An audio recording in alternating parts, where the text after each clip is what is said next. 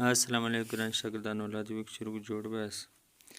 راځو د نن سبق ته. د نن سبق چې دی هغه جملې دي خو د پریزنټ انډیفینټ ټنس په باره کې دي. په دې کې به ټارګټ یو دی جملې زده کوو، بل خاص کار د پریزنټ انډیفینټ ټنس په باره کې. د پریزنټ انډیفینټ ټنس په باره کې بیا څه خبرې د ویډیو په اخر کې درته کوم. اوس راځئ دغه جملې راسره وایاست. نوي الفاظ به مې روزمره داسې جملې چې هغه د انګلیش سپیکینګ دپاره ډېر زیات پیدا کوي. دا بیا جلا خبره ده چې د انډیفینټ ټنس په باره کې دی، دا بیا جلا ګټه ده. راځئ راسره وایاست. My father goes to gym every day. My father goes to gym every day. زما پلار هره ورځ جیم ته ځي، هغه د ورزش ځای ته. کلب چې موږ ورته وایو. She thinks he is very handsome. She thinks he is very handsome. دا فکر کوي چې دی ډېر ښایسته دی. handsome معنا ښایسته. She loves to play basketball. She loves to play basketball. دا باسکټبال خوښوي، لوبول خوښوي. I run every weekend. I run every weekend. زه ویکند دې ته وایي د هفتې په اخر کې د هر چا خپل هفته یې د یهودو ده. د هفتې په اخر کې هفته دغه ورځ ده، د عیسایانو ده اتوار دین، مسلمانانو د جمعه ده. دغه اخري ورځ ته ویکند وایي. نو دی وایي چې زه هره ویکند یعنې د هر هفتې په اخر کې ځغلم. We play tennis every morning. We play tennis every morning. موږ هر سهار د ټینس لوبه کوو. ټینس یو رقم لوبه ده. Does he write an email? Does he write an email? آیا دی ایمیل لیکي؟ ایمیل چې دی په کمپیوټر باندې لیکل کېږي. نورې جملې هم نورې خبرې هم خو په اخره کې درته وایم.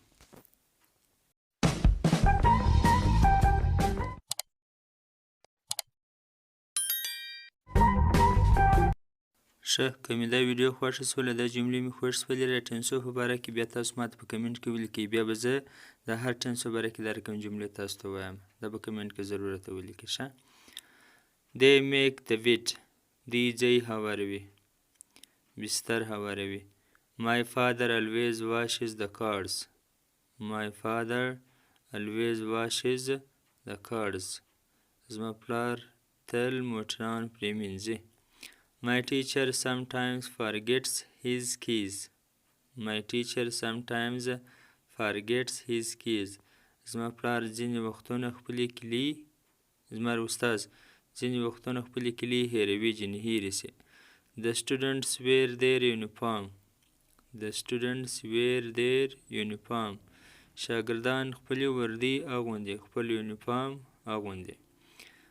Ali brushes his teeth every day. Ali brushes his teeth every day. علي خپل غاښونه هره ورځ پرېمینځي. teeth غاښونو ته وایي، tooth یوه غاښ ته وایي. He gets up early every day. He gets up early every day.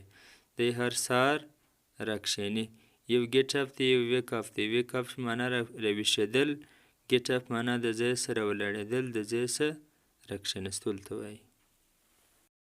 ښه، نو د ټنس په باره کې مې خبره دا درته کوله. که چیرې دغه ټنسونه تاسو نه یې ویلي، ورسئ زموږ چینل ته ورسئ، هلته په پلی لیسټ کې وګورئ. هلته چې یو لیسټ پلی لیسټ دی هغه د ټنسو دی. ټنسونه زده کړئ، د دې خپل اصول دي. لکه دلته چې اوس پر جملو کې اس کله اضافه راسي، کله ای اس اضافه راسي د ورب سره، کله ډز راسي، کله ډو راسي، دا ولې راځي؟ دا ګل د اصول هلته به تاسو زده کولی شئ. هلته ټنسو له ورسئ، هر چې کوم ټنس تاسو نه یې زده هغه کې وګورئ.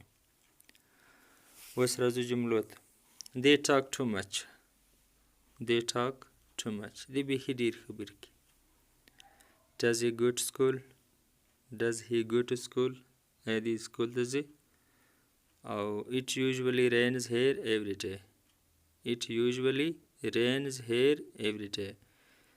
دا دلته عموما عام طور ډېر باران کېږي. دلته د دارې نه سره اس ولې راځي؟ دلته په ټنس کې تاسو دا اصول زده کوی شئ. It smells very delicious in the kitchen.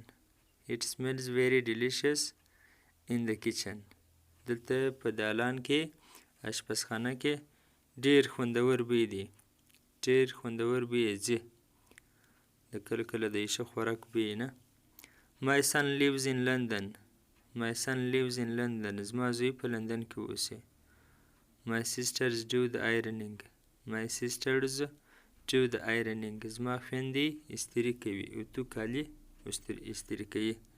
نو دا زموږ د نن سبق چې د present indefinite tense په باره کې ساده جملې ولې هم زموږ د سپیکینګ لپاره پیدا وکړه، هم نوي الفاظ پکښې او هم تلفظ شولو، هم دا د ټنس باره کې موږ ته معلومات حاصله شول، د indefinite tense باره کې نور موږ ته معلومات حاصله شول. الله حافظ.